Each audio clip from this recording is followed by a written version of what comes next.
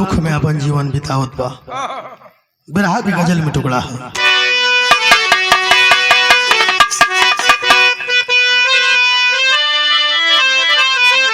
वह गजल बा जो नजर चुराते हैं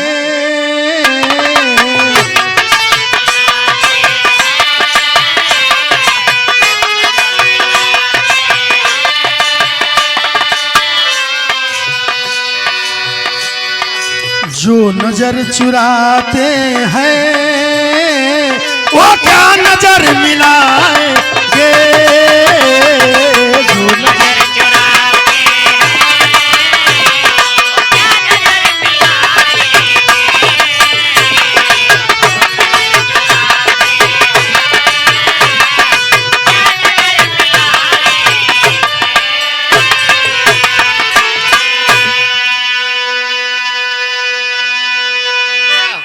जो नजर चुराते हैं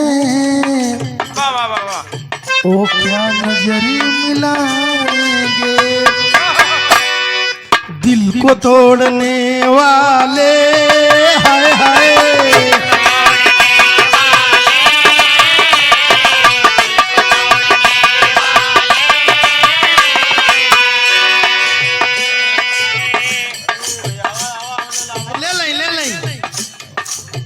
ले ले अले दिल को तोड़ने वाले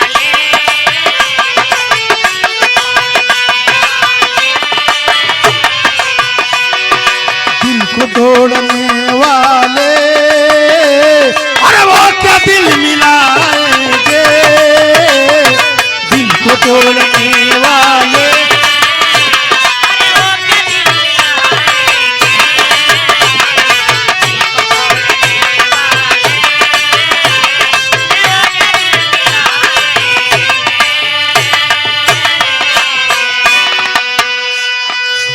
से बढ़िया भाव में बतावल गई। बुरे ही कर्मों का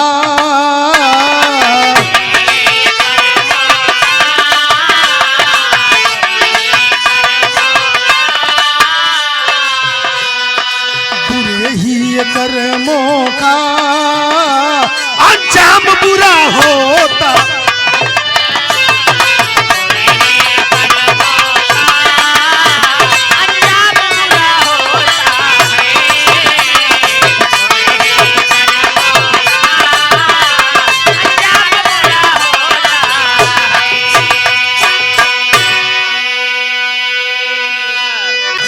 अरे बबुल के है बीजों से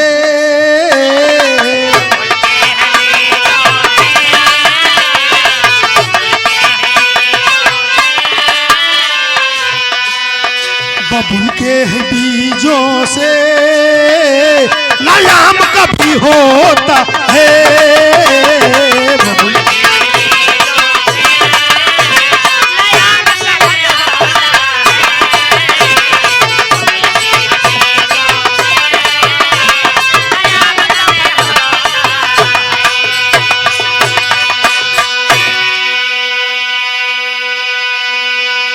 बुरे ही कर्मों का अंजाम बुरा होता है।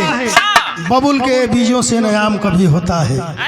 पुरखा बुरनिया हमनी का चाचा दादा कही गई ना, बुरे काम का बुरा नतीजा न मानो तो कर देखो, जिसने जिसने किया है आरो जाके उसका घर देखो। आखिरकार ब्रिजबाला के पेट में कुंभकर्ण का बेटा पलटपा। ब्रिजबाला के आंखों में आंसू है, रोवत बा कबो ससुरा जा कबो नैहर जा। यही जैसे कहानी का शुरुआत भई नज्म की लाइन से।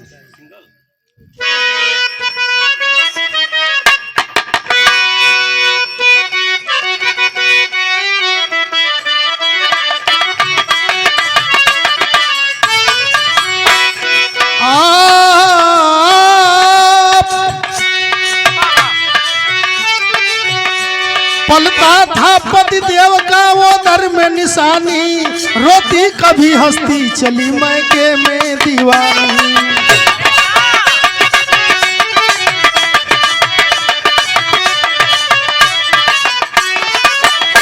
लंका में राजा रावण का विनाश हो गया, नरेश का विभीषण खास हो गया।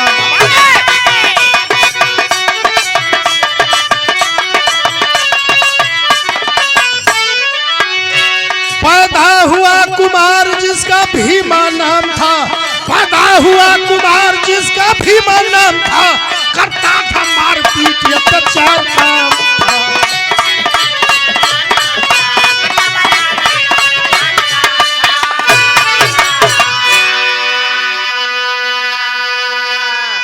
ब्रजबाला अपनी समय के बितावत बा, कबो नैहर जा कबो ससुरा आवे, आंखों में आंसू है। धीरे धीरे समय बीतल, ब्रजबाला के तन से एगो बेटा जन्म लिहलस। बेटवा का नाम बतावल गेल भीमा।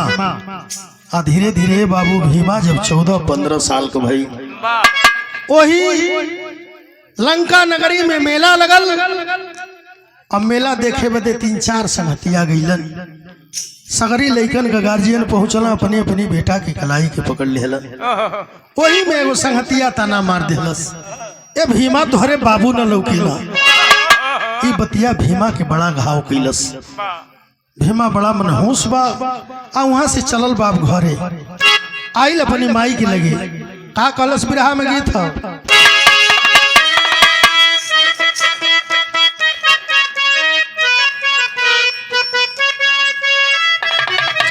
उहे गीत बाप।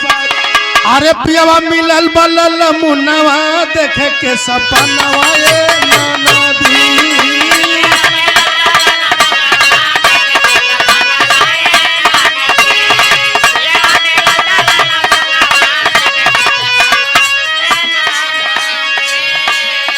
गुस्सा में लाल भीमा अपनी मतारी से सवाल करता।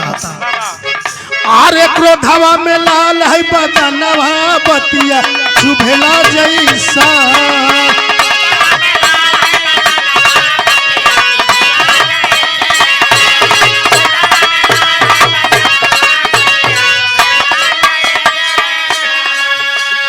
खेल मैदानवा से भीमा घरे आवेला,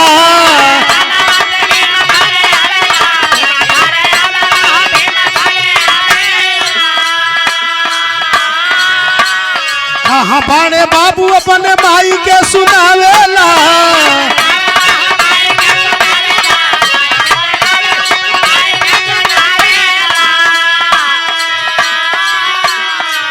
और झर झर बरसेला, नयनवा बतिया चुभेला जैसन। ब्रजबाला के आंख में आंसू सवाल के दिलस करे, बेटा हमारी परवरिश में कौन कमी हो गई, काहे सन सवाल पूछ दिला। खींच लिया म्यान से तलवार, माई हमारे जवाब को जब सवाल का जवाब न देबू, माई बेटा का रिश्ता ना रही। मजबूर हो गई मतारी। बतावत बा, राम हाथे रानावा में बाबू मारल गई।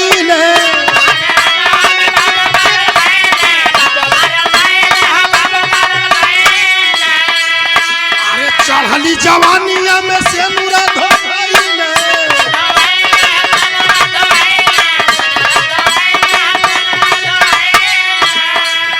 अरे होवे तहिया गर्भ में पलना, बतिया चुभेला जैसा।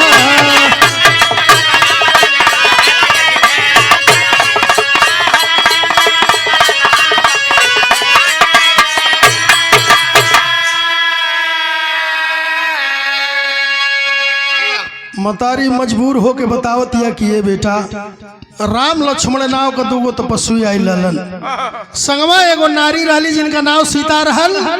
तोरे चाचा वो सीता का हरण कैले, लड़ाई भइल, आखिरकार लंका नगरी के सगरी जोधा मरा गिलन। और सबसे बड़ा गद्दारी तोहार चाचा विभीषण कैलन। राजगद्दी के लालच में पूरा लंका नगरी का वीर मरा गिलन। और जौन राम विजय पाके लंका पर तोरे चाचा के राजगद्दी पर बैठा के अपन अयोध्या नगर चल गइलन। भीमा के देहिया से बलुत्ती छटके लगल। कलश की बाप का बदला जरूर ले। मतारी के लगे कहता, बिरहा में गीत हो, माता बहन लेके गावेला।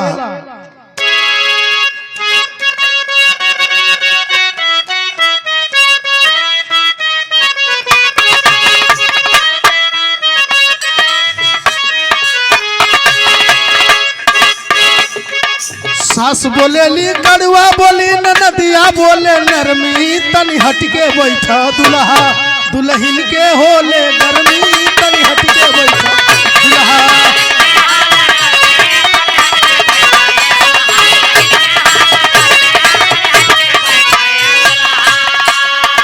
आग बबूला होके भीमा कहन लगे ललकारी बैरी के मारब रण में बैरी के मारब रण में हम सबके पारा पारी बैरी के मारब रण में।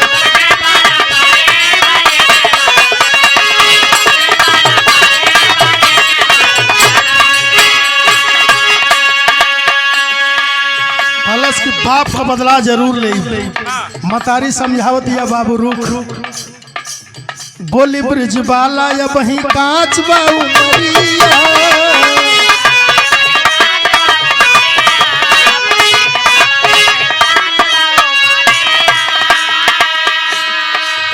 कितने मराई गईलन वीर बाला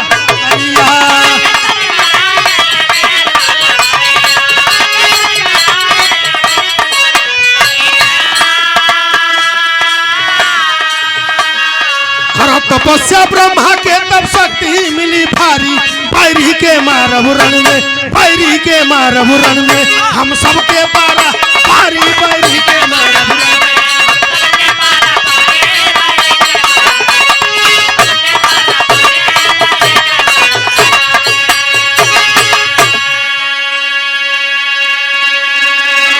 मतारी समझौला सरे बेटा एक से एक वीर एक से एक जोधा मरा गिलन ये लड़ाई तोहरे मान का नहीं खे ये काम करो ब्रह्मा जी का जाके तपस्या करो अगर ब्रह्मा जी प्रसन्न हो जाए अगर वो कुछ चाहिए तो हो सकेला।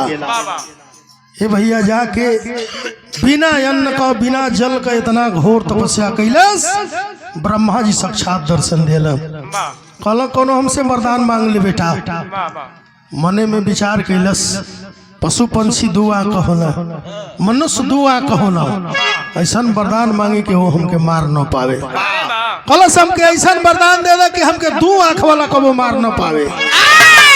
ब्रह्मा जी कहले ये मस्त ऐसने होई जब वरदान पा गई तो भइल का विराग शैली में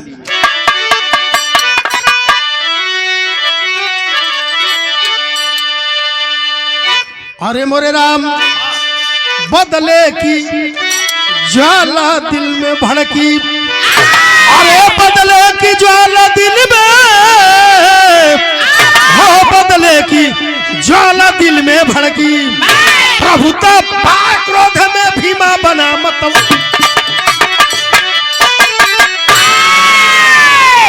बदले की ज्वाला दिल में भड़की प्रभुता पाए क्रोध में भीमा बना मत वाला कलश की मिटा के खन धनवा के अरे पापी राज ले बैठले हो क्रोधवा मलाल हो गई रे बदनिया याहे गर्जना ना हर से नवा सजाइली हले और सुन के विभीषण के कापल बेगा तरिया वीर तलवार लेके लंका पर चढ़ाई गईले अरे अमर विभीषण के ये बाबू हिलल बेगा तरिया खबर मिलल विभीषण के कि अरे बाप हो बापी तब भीमा वरदान पा गई ऐसे लड़ाई में हम जीतब ना कहला कि जान बची तो लाख उपाय कहला राजगद्दी छोड़ के भाग जाई भीमा वरदान के पौलो सब ललकारत चलल बा विराह में गीत हो सोनाडी की मेला वाला है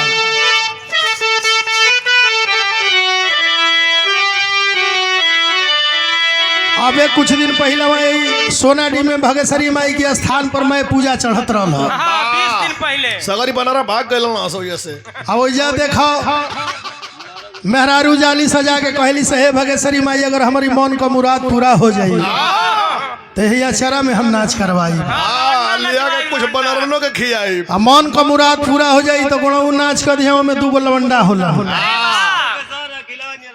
एगो गोर खरैया एगो जौन बाग सावर खनी बड़ा फुहर फुहर पहले वाला तो बड़ा सुघर सुघर हो रखा था सब अब लौंडा पीक के गाई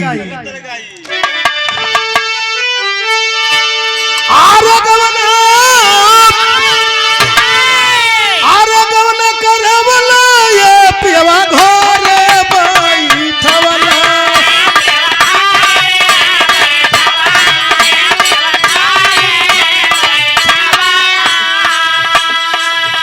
आरे राजा हो घोरे बैठवला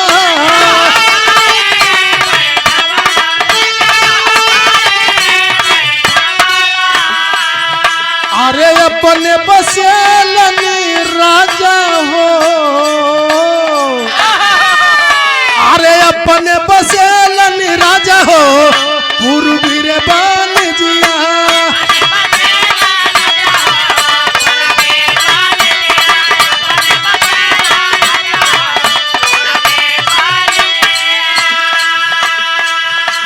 गीत गीत रहा लेकिन भाव स्तर पर ध्यान दिया जा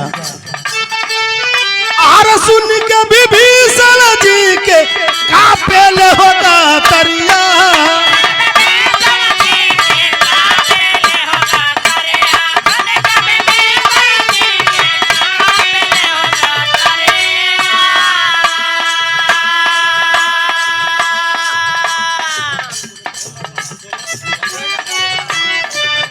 अरे छोड़ी के ऐसा नवा बाबू हो छोड़ी के ऐसा नवा बाबू हो भाई लारे डहरिया छोड़ी के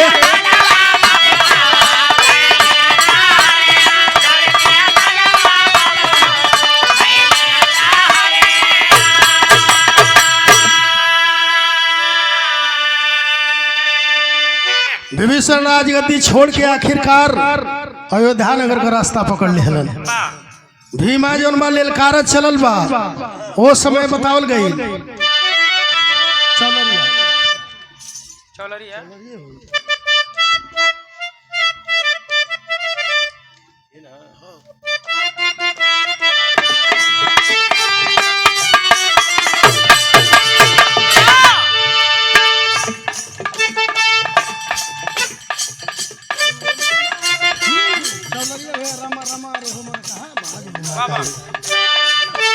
रामा रामा जरे हमरे रामा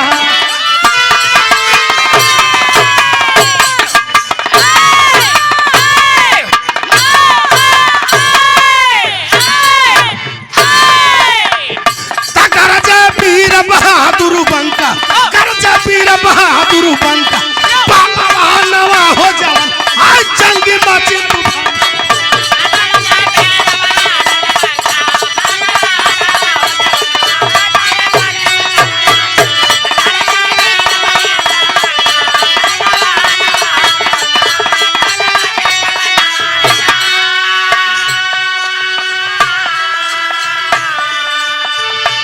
भागे भीषण बलकारी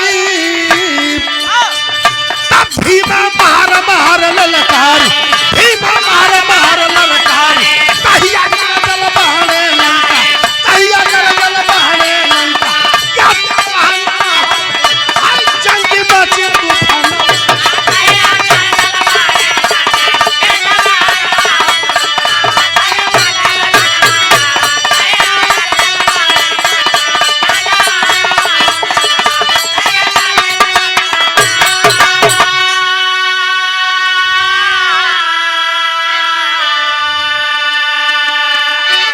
आखिरकार जब भीमा दल बल लेके चल दिहलस विभीषण का हार कांप गई कल चाचा सुना सुना बड़ा हमारी खानदान के संगे न्याय कैला रुक जा भीमा कहल की जान बची तो लाख उपाय हो रुकब ना पापट की लाइन में हो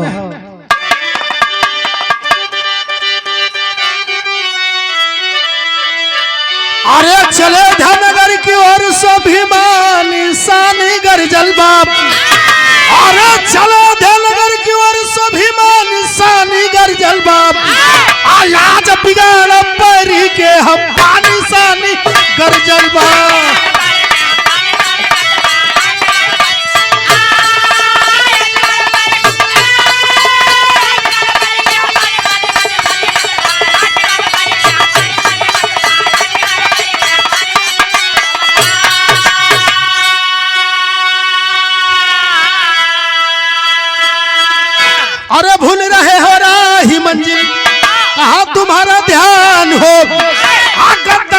नतिया शिव जो रहले कुल के पुजमान हो, स्कंदर के साथ किया बेईमान निशानी गर्जल बाप, आप बिचरा हमें यही नारद क्या निशानी गर्जल बाप।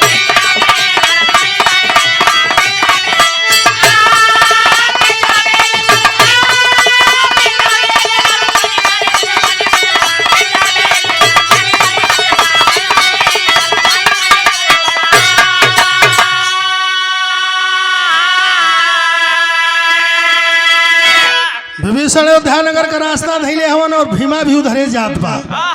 देवी देवता में खरमंडर मच गए रे बाप हो बाप। अगर ये भीमा चल गए अयोध्यानगर में, राम लक्ष्मण की बस का लड़ाई नहीं खे। कह लो कि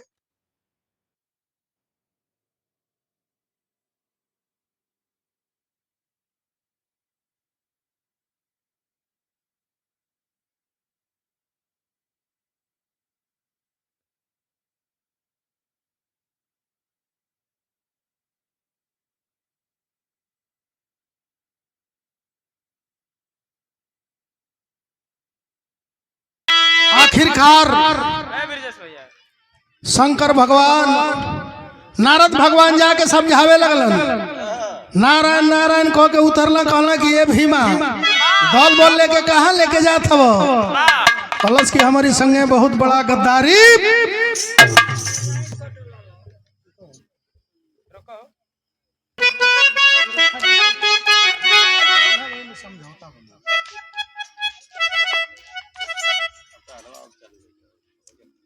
नारद भगवान नारायण नारायण कह के उतरला, कहला अरे भीमा कहाँ जाता?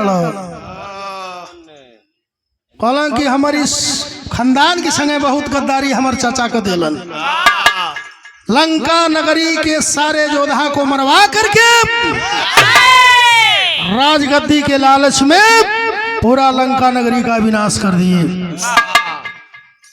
नारद भगवान कहला कि एकदम मूर्ख है हो, सबसे बड़ा तुहार दुश्मन गिरी स्थान पर्वत पर बैठल हवन शंकर भगवान। तोहर पूरा खानदान पूजा कैलस, यहाँ तक कि रावण तोहरे चाचा का कबेर गर्दन काट के चढ़ा दिया। सबसे बड़ा धोखा तोहरी खानदान के संगे तई शंकर भगवान कैलन। कह जाला कि नारद जहिया नारद कुछ न पाओ तो हड्डी फेंक दू कुकुर लड़ाओ। नारद भगवान का बतिया भीमा की दिमागवा में बैठ गई। कैलस काल हमें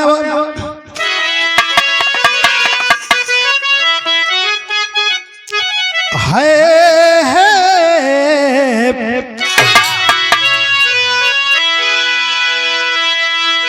तेलवा गिरवल नारद, अरे तेलवा गिरवल नारद आधा धकल बागिनिया बाबू।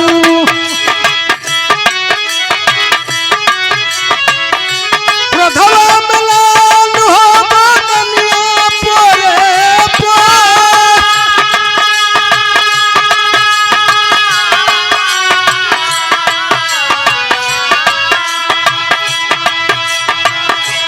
अवधान गरिया के गरिया दहिया छोड़ी रे दिहले।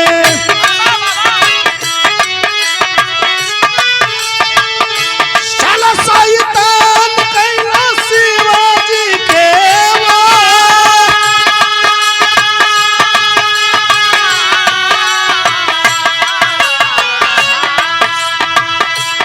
हवर भंगेरी भोला गिरिया सफनवा देखबा।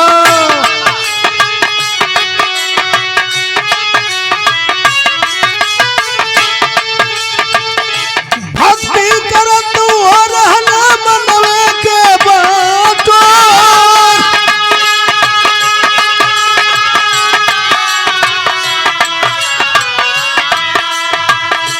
पहुँचल भी माता बा भोला के नियरवा देखबा।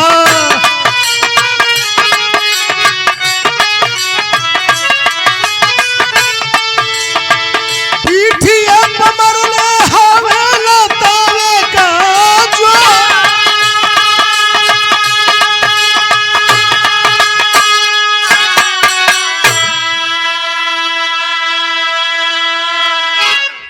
की दिमाग में ये बात बैठ गई कि सबसे बड़ा दुश्मन हमार शंकर भगवान हो। हमारे पूरा खानदान का दुश्मन। हमारी पूरा खानदान पूजा कैलस।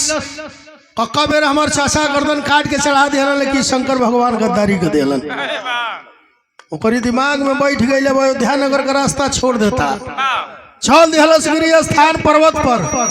शंकर भगवान भक्ति में लीन हो। नाव देखलस नेताव देखलस, एक लात मरलस, गिरी स्थान पर्वत से नीचे आ गईलन। गद्दारी करबे शंकर भगवान ध्यान टूटल, गुस्से में लाल हुए। हमारी भक्ति को भंग करने वाला कौन सा दुष्ट है जो ऐसी दुस्साहस किया है? भीमा कल सुने है न देखा है न, हमारे खानदान के संगे बहुत गद्दारी के लिए बड़ा का कहलस खड़ी की लाइन में।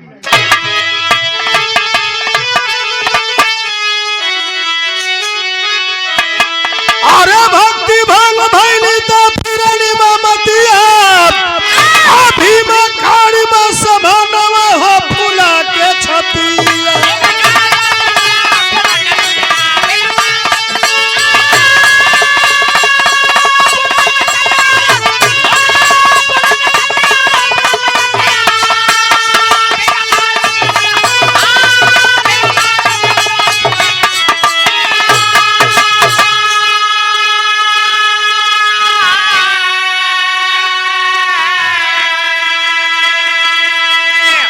एकदम सीना फुला के खड़ा बा, आवाज हमार तुहार आर पार का लड़ाई हुई। तो कैले लड़ाई दोनों वीर बहुत दिन हो, एक दूसरे से नहीं कोई बला हो।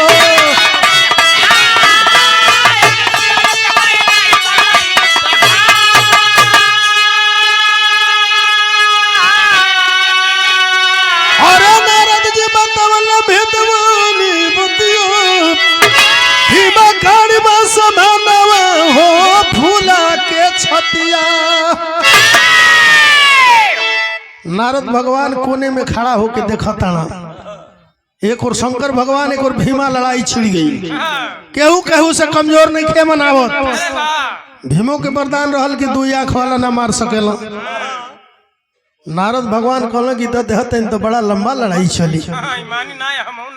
जाके शंकर भगवान की कनवा में कहल कि दूने झूठे न दुनिया का बवाल फैलवले हो, काहे न तीसर की अखिया खोल देता। शंकर भगवान कहल तो हम भूलैले रहली हाँ। तब भोला बहुरहवा के अरे खुलल बाटे के नवाब, जराई के राख कैले भीमा के रण मैदानवा।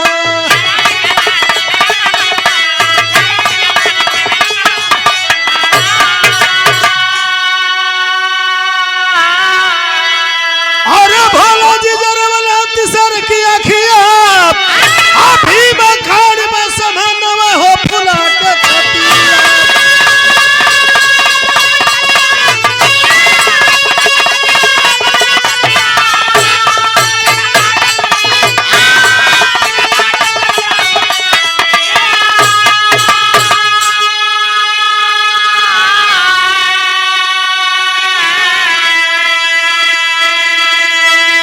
शंकर भगवान जब गुस्से में भइले तीसरा नेत्र खोल दिया। लड़ाई के मैदान में भीमा जर के राखी हो गई। नारद भगवान कहल कि हमहू देखते रहले हैं ये कितना दिमाग लगावता। यही कवि जी बिरहाकांत की कुसुम पराग स्वामी गुरजद्दू भोला जी स्वर्ग के वासी, बाला शिव दर्शन के संग में कहा सुरंदर काशी हो।